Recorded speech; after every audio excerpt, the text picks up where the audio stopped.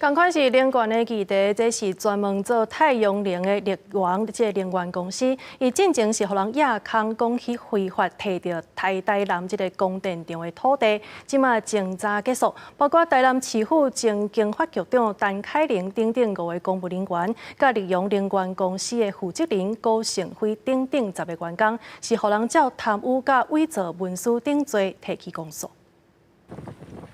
台南检警侦办供电弊案26侦查终结，包含台南前经发局长陈凯玲、利用能源公司负责人郭成辉等15个人提起公诉。陈姓被告虽最终坦认犯行，唯其身为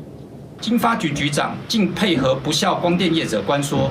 更施压所属同仁，致同仁无从依法公正执行职务，建请法院从重量刑。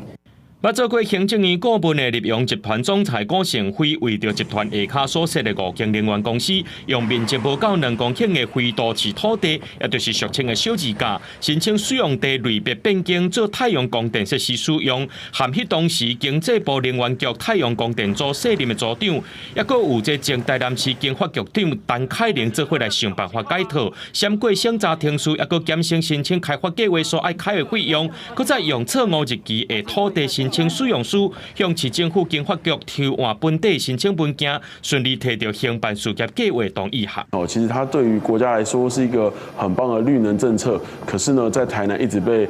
污化成黑金。那也因为有这样子的公务员、这样子的厂商，才会造成这样子的骂名。尊重司法所做的决定。我们希望可以由这一次的彻查，甚至是如果未来还有更多的人，我们都希望彻查到底，然后还给台南市一个清白及光荣感。 检调估计，陈凯玲等人赚的乌心钱有91亿2601,863块，也因为迄当时以证人身份访团来问话，台南市长黄伟哲，检方是表示，利用集团拜会讨论供电审查，该采用联合审查制度等议题，检察官目前所调查的真正不正，也未有这个证据通好来认定台南市长黄伟哲有牵涉案件。记者综合报道。